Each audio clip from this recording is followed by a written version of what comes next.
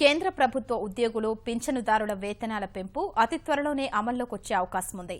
దేశంలోని 50 లక్షల మంది ఉద్యోగులు 58 లక్షల మంది పింఛనుదారుల జీతాన్ని 23.5% మేర పెంచాలన్న 7వ వేతన సంఘం సిఫార్సులపై కార్యదర్శుల బృందం రూపొందించిన నివేదికను ప్రభుత్వం త్వరలోనే ఆమోదించనుంది. కేంద్ర మంత్రివర్గ కార్యదర్శి పీకే సిన్హా నేతృత్వంలోని కమిటీ ఇచ్చిన నివేదిక ఆధారంగా ప్రస్తుతం ఆర్థిక శాఖ దస్త్రాన్ని తయారు చేస్తోంది. బుధవారం భేటీ కానున్న కేంద్ర మంత్రివర్గం ఈ అంశంపై చర్చించి దస్త్రాన్ని ఆమోదించే అవకాశం ఉంది.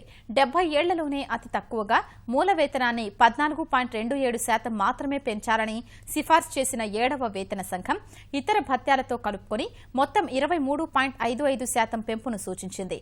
కనిష్ట వేతనాన్ని 7,000 నుంచి 18,000కు, గరిష్ట వేతనాన్ని 90,000 నుంచి 2.5 లక్షలకు పెంచాలని పీఆర్సీ సిఫార్సు చేయగా ఆ పరిమితులు మరింత పెరిగే అవకాశం ఉంది. కనిష్ట వేతనాన్ని 23,500కు, గరిష్ట వేతనాన్ని 3,25,000కు పెంచాలని కార్యదర్శుల కమిటీ సూచించినట్లు సమాచారం.